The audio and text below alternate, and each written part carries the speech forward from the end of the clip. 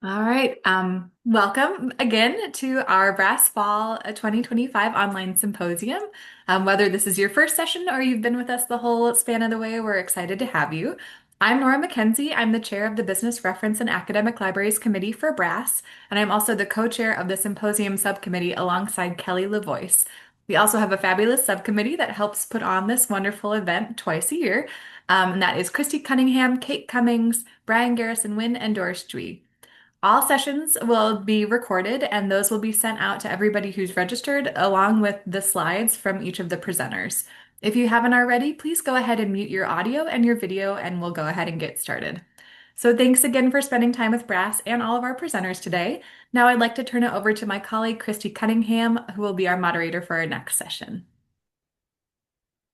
Hi, everyone. So welcome back, and we are about to hear from Malisa Anderson-Strait of Emory University. She's going to be talking about back to school careers for veterans in business. If you have any questions, please put them in the chat, and I'll be monitoring that. So, Melissa, I'm handing it over to you. Awesome. Thank you so much, Christy. Hello and welcome. And as we get started on this Wednesday afternoon, I would love if y'all could navigate over to pollev.com/MJA or go ahead and click that QR code in the upper right-hand corner. I would love to just get a quick pulse check of our folks who are attending today. And while y'all are doing that, let me say a more formal greeting. I'm Malisa Anderson-Strait, one of four business librarians here at Emory University's Business Library, Goizueta Business Library. And I'm the liaison to the Graduate Career Management Center here. That's important. I've been here since 2005, and I've seen a lot of students work through a lot of different career experiences during their time here. I'm also the liaison to our alumni at Goizueta, our real estate students, and relevant to this session, our Masters for Business and veterans. We've got about 90 different business databases, which always seems exciting to my librarian heart, but sometimes the students find that a little overwhelming in their career search. So our goal today is to share some of the ways that I've tried to work with these students as they explore their careers after the military. But before we do that, let's just check in on how y'all are doing. And I love the good. I understand the sleepy. It is Wednesday afternoon. I've got my own coffee. But I will be honest, this little icebreaker is something I do a lot of times with our students as we're kicking off sessions. You can see sometimes we get a few emojis. We've got a whole lot of words in here, which is great. Impressed. We've got, I think I see someone heading home tomorrow, which is outstanding. But overall, I'm thrilled to see everyone is here today, and hopefully you will get some great ideas for working with your students. My goal today is really getting to know a little bit more about our Goizueta MBVs, some of the things I've learned while working with them, and then ways that I've been trying to connect our MBVs to different business research resources. And a lot of this is developing career research sessions that really leverage their prior learning experiences when they were in the military, the different learning styles that really made them successful there, trying to help them translate those to Goizueta and their master's degree here. And I've also been working hard to identify databases for career transitions that will really help them be very efficient. And again, just align with the ways they learn to research and the ways they're comfortable researching based on their past experience. So we can get some library fans and some very informed, thoughtful career decisions as they graduate from the program. I'm hoping that for those of y'all that have veterans, we can have some discussions about what's been working for your programs. And I'm also hoping if you don't necessarily work with veterans as much, that you can adapt some of these ideas for other specialized student populations that you might work with. So let's look a little bit at who are our Goizueta students. And it's really important to note here, we've been working with veterans for quite some time. Like I said, I've been here for 20 years, and we consistently have veterans in all of our programs. We've got a BBA undergraduate program. I was just judging a presentation for some undergraduate students last week. One of them had just finished his military service and then come to Emory to start his undergrad. Our MBAs, or who I work with closely, we've had a lot of veterans with a lot of different experiences in our full-time program, our evening, our executive MBA program, our PhD program. And you'll notice here on the right, we also have several different specialty masters. And these are programs Goizueta's been launching in the last, 3 to 5 years or so. But we have Masters of Science in Business Analytics, in Management, in Finance, in Accounting. And what brings me here today, in the 24-25 school year, we launched the Master of Business for Veterans. And this program was created by some veteran members of our program office at Goizueta. They really wanted to create an opportunity for students who have had that military experience to leverage all of those management and leadership skills that they've had in various service branches, and then apply those to either corporate America, entrepreneurship options, or other ways that they are interested in transferring from the military into a civilian role. It's only been around 2 years, so we don't have a lot of trend line data. But just to introduce our veterans a little bit more, on average, they've had about 15 years professional experience. We've got folks across all sorts of different branches of the military. But what's really interesting here is you'll see the time since the military service. A large percentage of our cohort has been in the has either actively serving or just recently left the military 1 to 3 years ago. We do have some that have been out again 3 or 10 years or more. And I have to give a call out to Hurl, who, while he is not one of the veterans I was working with on a career search, it was his fourth Emory degree. He's a lifelong learner. And I just want to say, I hope at 86 years old, we are all comfortable using Canvas and all the technical skills that he was using as he was completing this fourth degree. But I really put that up there just to kind of illustrate we have students with a wide range of experiences in this program as we've been launching it. So that's a little bit about our veterans.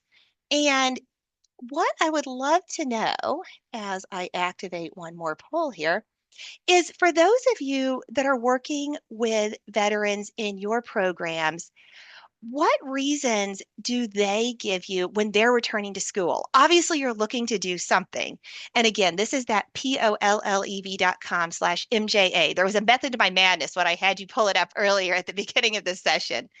But I'd love to see just a little bit about what is motivating folks that you're working with. And let's jump over and check out this poll. So yeah, a lot of folks looking to transition to a new industry or function, moving into civilian life. I mean, that's a huge shift if you've spent 15 plus years in one of the branches of service. Lots of entrepreneurs for y'all. That is really interesting because that that was something I expected to see a lot of for us. Again, compensation increase, you're paying tuition, even if you're using that yellow ribbon program, or transitioning to a new industry or function. Another question, just to kind of level set who your veterans look like, is when they're coming back to school, be it for that compensation increase, be it for just transitioning to a new industry, a new function, what sort of challenges are they seeing and are they experiencing? And I see, yeah, a lot of folks doing that, translating that military experience. What does that look like? It's so true. This civilian professional network, we know a lot of our MBAs get jobs through their networking. And so really trying to make those connections. Absolutely. It's interesting. I don't see a lot of folks worried about navigating the job boards or the trends. It looks like it's a lot of just that. I've got this great experience. How do I translate it into my business career? These were the sorts of things we were thinking about when we were looking at our class profile. So thank you all for sharing some of your experiences. And just to move, oops, we'll move forward a little bit. So as I was thinking about our first MBB cohort, which was just last year, all of those areas where you're also seeing your different veterans challenge, thinking about, career transitions from military to civilian, translating that language, what sort of employers are out there. So I spent a lot of time before the cohort started creating this research guide with all sorts of different custom recommendations. And then on the first day of class, when I was onboarding them and welcoming them, I enthusiastically shared all of these resources to choose their own adventure. And I also promoted something which has resonated with a lot of our working professionals who have kind of a similar work experience profile as our veterans. We've got news apps, we've got Wall Street Journal, Financial Times, we've got all these great resources. And so often with our other students, they'd say, "Oh, this is awesome. I'm saving money. I can cancel my personal Wall Street Journal subscription." Or they'd be clicking into these things. And what I found with our veterans is they have a very different mindset. As I was working with them over that first year, I'd ask folks, what are you using? What's working out? And they were kind of like, "Oh my gosh, there's too much. I don't know where to start. That's more than I need. Just tell me what I need to do." Just way too much information. So I really tried to step back. And as I was looking at where this first cohort of students was going, I learned that they're really different from some of those full-time MBA veterans that I'd worked with prior to this MBV program starting. So you'll see we've got our full-time veterans. When I looked at what they wanted to do when they were coming back to school, a lot of them were focused on those more traditional MBA roles, consulting or finance, really structured recruiting roles. And yes, just like y'all were sharing in the chat, in the poll everywhere, they're focused on translating that military experience to an on campus resume. I had veterans who were coming back from Afghanistan. They have led under pressure. Trying to get that into 3 bullets in a way that, one of the AI generated resume review tools will read it, that was the challenge. But a lot of where they wanted to go was a Deloitte and EY, a consulting firm, strategy firms that like UPS. As I met with our MBVs over the last year, they were really exploring a lot of different post-military options. And again, some of them, just like in the poll everywhere that you shared, wanted to advance within their organization. They wanted to transition to a new role, but they're looking at jobs and companies that are really pretty different from the MBAs. I saw a lot of, logistics and supply chain, but we'd see satellite tech, fitness tech, aviation, areas that are really leveraging that military experience, but that aren't necessarily as part of that structured on-campus recruiting process that a lot of our MBAs would work with. So this is where we got to our second cohort of MBVs, and I tried a new strategy. What I really tried to do, based on all of the discussions I had with our first years of the MBV cohort, was try to see the value of the library from that MBV perspective. And my goal is that they'll really use our resources from onboarding through graduation. But to do that, I've been trying to connect them with a very structured research approach, highlighting some databases that really align with their background experience, the ways they like to search and manage information when they were in their military service. I found they love to download and compile information. They really like to have everything, kind of collected in their on their laptop. They don't want to have a whole lot of tabs open the way some of my other students do.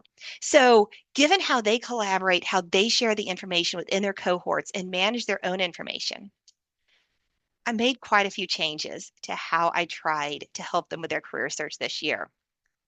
And the first thing I found that really resonates with them is certifications. When they're serving in the military, that certification, it's a structured thing. Everyone can kind of level set. I have this, I know what to do. I need to take 14 modules, take this quiz, and I've got my certification. We saw similar with financial platforms like our Bloomberg, our FactSet, Icon, some of the different financial services things we license. They really liked having that certification, putting the certificate on their resume, but also just the structured way that it was giving them to learn information and absorb some of this new business content. I also partnered with one of our professors that he was willing to give them some extra credit if they took one of these certifications. So that had to align with his class. But what was nice about that is it really helped add some additional credibility that, yes, this is worth doing. And it helped validate that the library does have some really good resources that can help them as they enter their careers in business and transition to their post-military roles. The other area that I really tried to focus on was developing these career research instruction sessions in a way that aligned with information they want to receive it. Generally, when I partner with the Career Management Center, and I've had a very strong relationship with them, early on in the semester, we want students to explore the funnel. We want them to start broad, different industries, different functions, different opportunities, and really think about what they want to do. With the veterans, when I tried that the first year, again, they were kind of overwhelmed.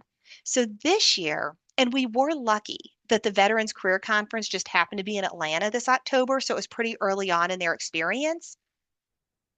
But with their Veterans Conference, they had a whole list of companies that they were going to be meeting with. So instead of just doing some career research and exploring and thinking about what they wanted to do, partnered with my career colleagues to say, hey, here are some resources that would really help you focus on these companies that you are going to be meeting with soon, right now, next month, and make it very tactical. And again, back to my 90 databases that make my heart happy.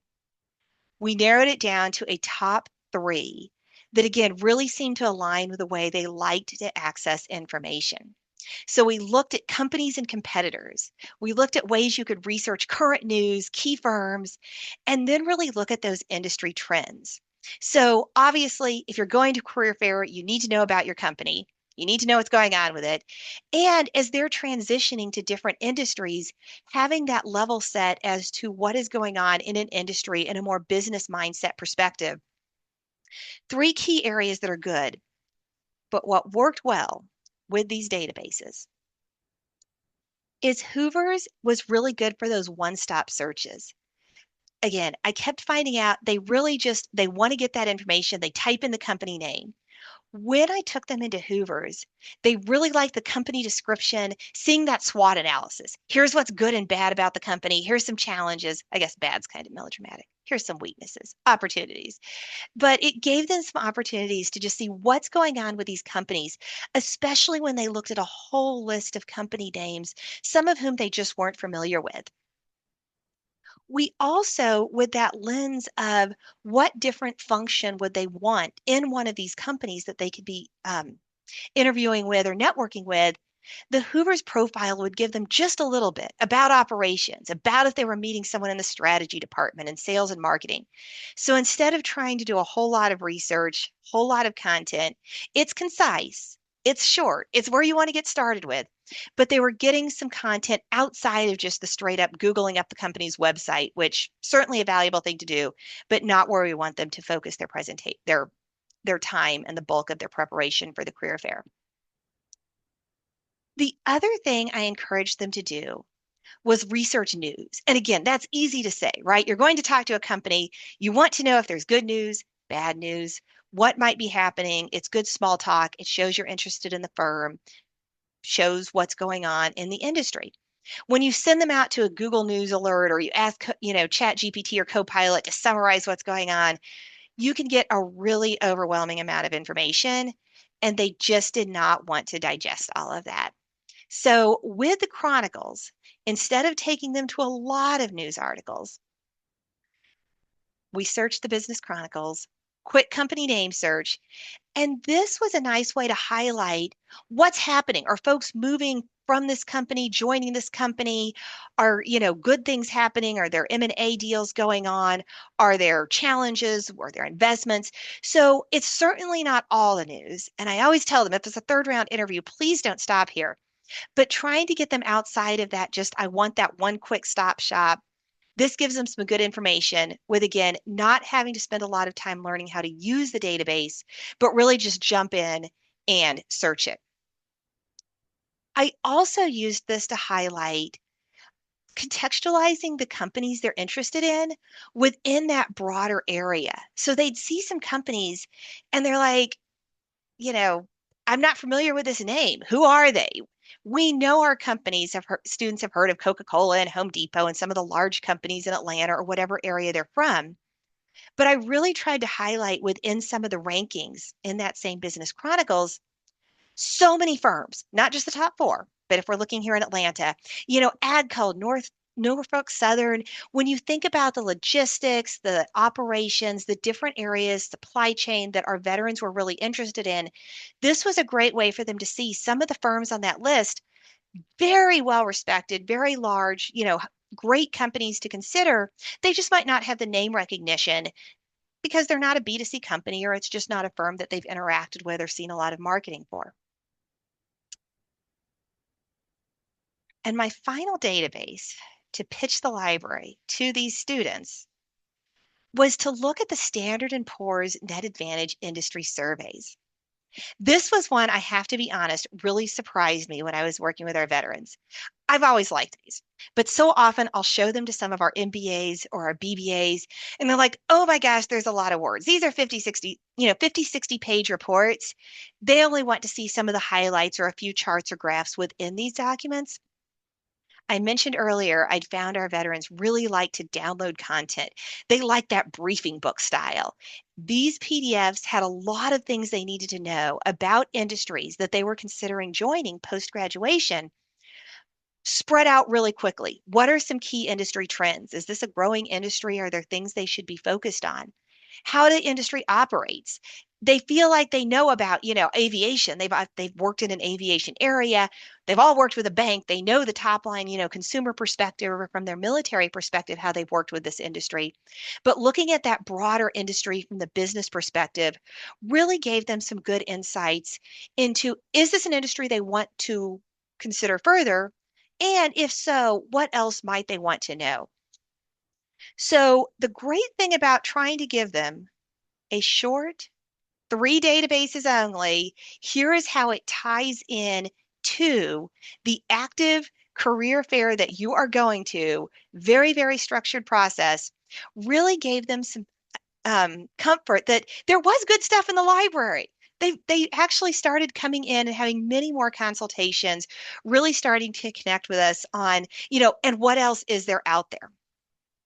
I've been trying to continue to promote what else is there out there with connecting with them on Canvas. And this has been, again, I'm very lucky that the professors in the program office have been really supportive of trying to get that library research content in front of the students and giving me access to their Canvas page. So every couple of weeks I've been trying to promote a new step of here's something else you could consider as part of your professional development. So here's one I highlighted just on, again, targeting company lists outside perhaps of that straight up Hoovers if you've expanded past the MBA job fair. And the lens and the structure that I'm trying to use as I'm promoting these different tips on their Canvas page is really backing up to that question. That is one I'd typically answer, ask all of our students, but oftentimes earlier in the process, why are you interested in this company? Some of these folks, they've lived so many places, they're really flexible on location. Other students are like, nope, we are in Atlanta, or we have folks driving in from several different hours away. They've picked that location that they want to settle down in post their military service. They're pretty firm on that. I have other students who are really interested in specific industries. Others have a function that they feel very trained in, but they're quite industry agnostic. That do you care if it's public or private? Do you have an opinion on, if they have a mission, if the vision, do they have, a veterans affinity group where you work? Are there different areas of the company that really resonate with you?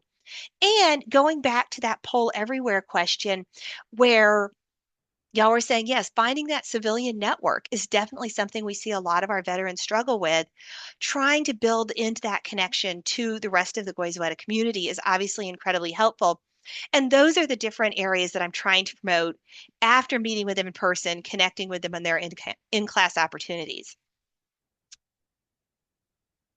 Another area our students have struggled with is, again, they're so used to the correct answer, the learning style is I need to know the answer. I know the correct answer. when they're meeting with different civilian networking opportunities, when they're at a job fair, when they're having different opportunities to chat with individuals. We know a lot of our alums outside of the veteran program, but all the MBAs, all of the executive MBAs, all of the Goizueta connections they're meeting with. What are you reading? Really common question. One Five of the minutes. Thank you, Christy. One of the things that I'd really tried to focus on, again, when this cohort was starting, when we were just starting the program, was getting a lot of ebooks focused on their experience as veterans. Again, thinking about that transition from the military to civilian roles, thinking about, how are you going to attach the job? How are you going to attract your job search? But what I hadn't promoted that first year as heavily, and what this year I'm finding they really like, are just the commuter friendly ebooks. And that goes right along with when they're networking. What do you read? There's really no wrong answer unless you're like, well, kind of some case things for homework. And that's true. But promoting some of these different ebooks, it's another way to connect them to the library that we do have resources that make things comfortable and convenient for them to use. And then they can actually jump in and try to use some of these resources. And after showing them all of that, I've got one more link I want to grab. Instead of leading with what I started with the first time we did this project, the first cohort I was meeting with, I started with that military to civilian careers guide. And I thought I was being helpful by giving that to them early on in the onboarding. They found it really overwhelming. Later on in the process, as they start to come and say, hey, what else is out there? I'm looking for more job boards. I'm looking for more ways to connect my network, different ways to approach my career search. This is where trying to sequence all of this content in the manner that really kind of reverse funnels from the way we work with some of our other students has really made it more comfortable for them to reach out.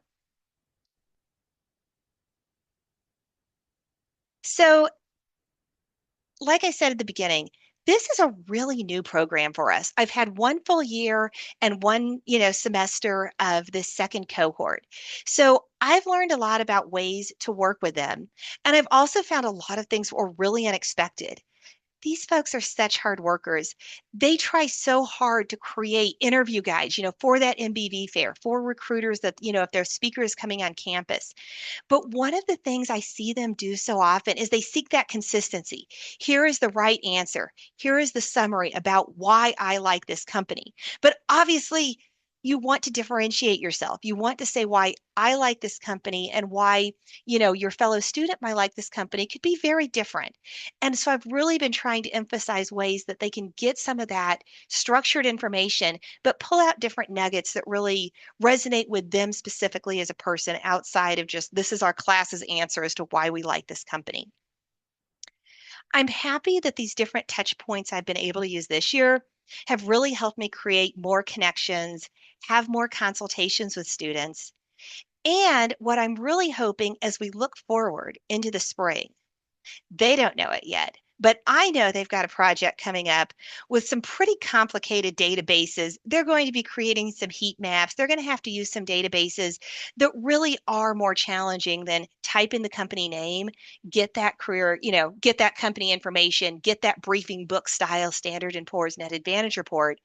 And so my goal with that content is to really, since they've used some of the library resources this fall, much more heavily than I feel they did last fall, and they're starting to understand that, yes, we've got content, we've got ways to help them be efficient in their search, that as we have these projects come up in the spring, they'll start to use those heavily and have very effective course consultations, which of course connects back into all of the different ways they can continue conducting their career research as they do explore what is that right post MBV job for them.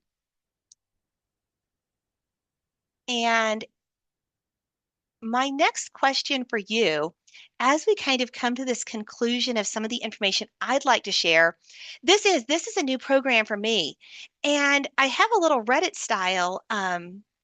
If you reactivate your poll everywhere link, I would love to know what folks in this audience What have you been doing that is potentially when you've been different using different databases or just different research tools, are there things that you've done that you have found really resonate with some of your veterans as they're exploring different careers in business?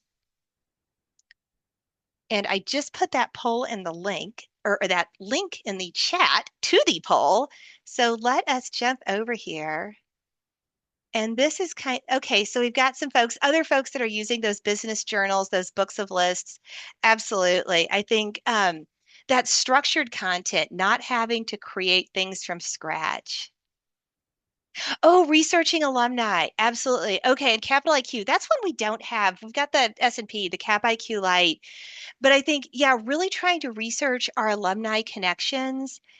And I think as our veterans in this program grow, they'll have more and more kind of that, warm veteran connection that they're comfortable reaching out to. We certainly are encouraging them to reach out to all sorts of different alumni who are, evening MBAs, executive MBAs. It's the Goizueta community, and our community is generally very supportive, as I think a lot of business school alumni are. I see someone else is using Wall Street Oasis. Yeah, I think that's been really helpful for our students. Just as, again, in terms of the courses was really what I was focusing on in this presentation, but stepping out of the courses and just looking at some of those company databases, different things like that, that's been other areas that we have been helpful with. And I do have one. Oh, LinkedIn Learning. Yes. We have O'Reilly. We've got some other different types of content. So I think, yes, I mean, anything that kind of leads into that certification process that gives them some structure. I do have one other question, and I'm certainly happy to open up to other questions in the chat as well. But career research sessions. I found the reverse funnel really resonated more than I expected. For those of you who also are working with different veterans who are transitioning from that very structured military environment to these business roles where, choose your own adventure and there's so many different options. And um, if there's different things that you have found worked or were successful, I would love to have some group think and sharing just as we continue to iterate this program for us. And that might be a very meta question that we're all struggling with. So I will not, if anyone wants to share this, feel free. But other than that, I am happy to open this up to questions. And as I do that, I am going to jump back just to my name is Malisa Anderson-Strait. None of that is spelled how you think it is. So the easiest way to find me is MJANDER, mjander at emory.edu. If you do have any questions that you would like to chat about online. But with that, I am happy to open up questions in the chat, or if you would like to unmute, that works as well. Melissa, this is Christy. I don't see any in the chat, but I have a question or two. I'm near a military base, and actually, we have a location on their base. Awesome. But we probably have more undergraduate students. Do you work with them any, or just do you specifically work with the grad students? So we've got four business librarians right now. We all work with all of our different students, our BBAs, our MBAs, all of the different students. I Hmm. would say in terms of our veterans, most of the veterans I work with are the MBAs. I think with the undergraduates, again, I personally will meet with maybe one or two a year. Sometimes it's an international student who may have had a foreign service requirement. So it's still kind of that veteran mindset, but not from the US military. Um, I think our MBAs, as they come in, I was going to say, I think there's definitely some similarities. Just thinking back to that BBA that was giving the in-class presentation, they there's that very structured, this is the correct answer process that I see sometimes in their recommendations. So yeah, we don't have as many undergrads. So that's a very long answer to your very short question. Oh, that's okay. We have a question in the chat now. How did you build relationships with career development programs on your campus, and how did you approach them? Oh, that is a great question. And it is always an ongoing opportunity to continue to maintain those relationships. I was very lucky in that when I was hired, actually, part of my job was the liaison to, at that point, the Career Management Center. It's now the Graduate Career Management Center. And I have a fellow colleague, actually, Nora McKenzie, who's on this call, who's the liaison to our Undergraduate Career Management Center. So there is some structure in our liaison relationships that both of those career centers kind of expect to have a librarian available. That helps. That being said, there is a lot of turnover in the career development office. It's a very demanding role, and I think there are opportunities to move between different universities or move back to corporate America from an academic institution, continue to arrive. So I spend a lot of time attending their staff meetings, I co-teach a lot of classes throughout the semester with all the different programs, the business analytics students, the Masters of Finance students, and they have a structured career professional development class students have to take. So every time we have a new person come in, I try to meet with them very quickly, share some of the resources. Some of the folks that we hire have had previous experiences working with a library at other institutions they'd worked at. Others had no clue this would be a good thing, but a lot of the focus in developing and building those relationships is here's how these resources can help your students be successful, researching the company, getting the interview. If they get the interview and don't get the job, how are we going to think about what plan B is? All of those different struggles that students have, either not knowing what they want to do or deciding how to be successful if, they've got a career path in mind, what do they need to do to really prepare for those industry interviews, be they on campus, off campus, if it's networking for a one-off. So I really try to highlight all of the different resources we have and then all the different ways that we really can tactically help them in their classes, help kind of save them work, collaborate with sharing students back and forth with consultations. But I would say every year for sure, and just about every semester, there's some sort of a new person who's coming in, rolling out of that role. So, yes, it is an ongoing commitment of time, I guess, to make sure that I really do stay in touch with all of those folks so that they do understand what resources we offer and we can continue to maintain those really strong relationships.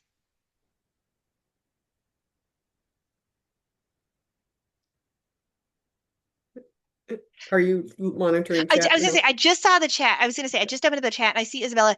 Yes, as you're changing up the career readiness, Um, we have a lot of different career lib guides, and I think one of the things that I've created proactively, and again, then in partnership with my colleagues who have different career guides for all sorts of different common industries that students are interested in, instead of just having resources for marketing, we try on all of our lib guides to have something focused on careers in marketing, careers in consulting.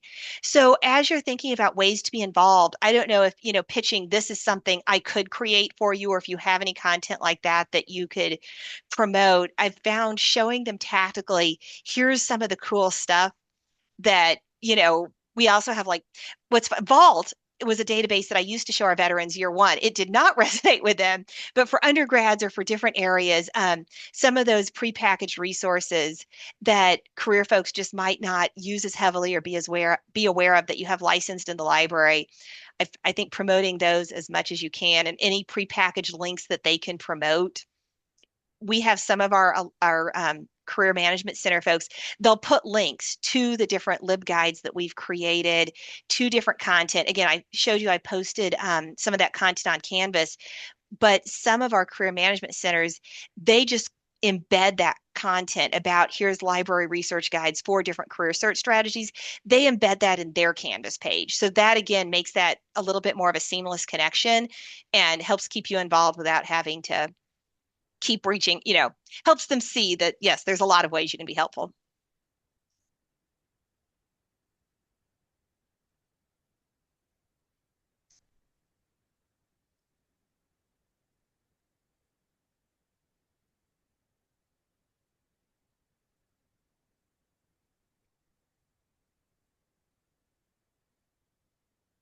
checking the chat. I was going to say, if there's any other questions, I'm happy to answer. And I'm also happy to, I was going to say, let me put my email in the chat in case anyone's got follow-up questions afterwards.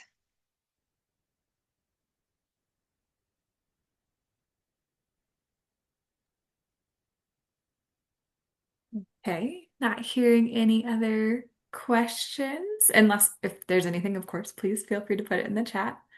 I think we will wrap up with this session. And then, so thank you so much to Melissa. We really appreciate your wonderful presentation. And Doris, if you'd like to go ahead and stop the recording.